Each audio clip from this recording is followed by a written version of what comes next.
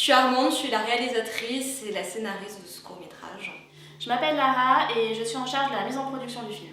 Moi c'est Jade, je suis comédienne et j'interprète le rôle principal. L'histoire de ce court-métrage, c'est un peu un road movie. Donc c'est une jeune femme qui va faire un rêve, un cauchemar représentant plein de personnages où elle va être poursuivie et elle sera poursuivie par elle-même. Ce elle-même va la faire sortir de ce rêve. Ce cauchemar va lui faire comprendre qu'elle doit évoluer et tout changer dans sa vie. Donc elle va commencer à marcher, à errer, et elle va voir et rencontrer un funambule. En voyant le funambule marcher sur son fil, elle va dire qu'elle a envie de faire la même chose. Elle va reproduire ce geste de funambule sur la ligne blanche de la route. Et à partir de là, son monde va évoluer, sa vie va évoluer. Tout ce qu'elle va trouver sur la ligne blanche de la route, elle va vouloir le ramener chez elle. Et elle va évoluer à travers tout ça. C'est un peu comme des épreuves de la vie, c'est en quelque sorte une métaphore, mais après c'est au spectateur de s'imaginer les choses, c'est assez ouvert sur ce point-là. J'ai choisi de participer à ce projet parce qu'avec Armande, nous avons créé une association, la Toile d'Araignée. Pour nous, ce court-métrage, c'est l'opportunité de mettre à profit tout ce qu'on a pu apprendre quand on était à l'école.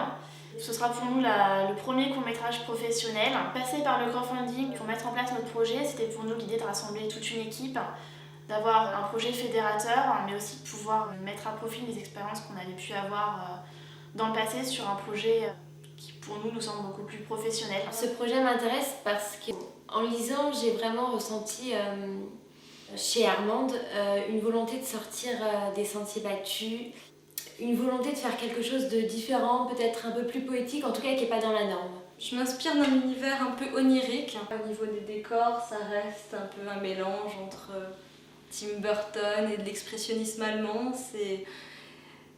Voilà, il n'y a rien qui est droit, les objets sont de travers, mais ça représente aussi sa tête, quoi. C'est pas une nana qui est forcément droite dans sa tête, elle est perdue et on sent qu'elle est perdue même chez elle. Son lieu de vie, c'est un peu le rassemblement de tous ses souvenirs, de tout ce qu'il a construit.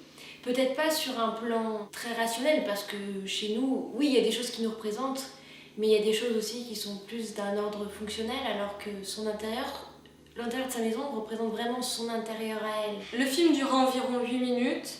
Il y a un chariot de travelling de 8 mètres qui a été construit spécialement pour ce court-métrage, pour pouvoir justement suivre le personnage sur la route, avoir ce côté très fluide dans ses mouvements, pouvoir elle l'accompagner comme si on était un peu son ombre.